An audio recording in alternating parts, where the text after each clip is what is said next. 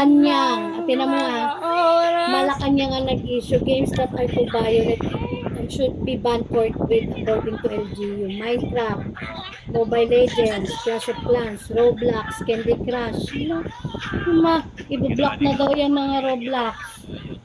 Ayan, Malacanang ang nag-issue. Plants vs. Zombie.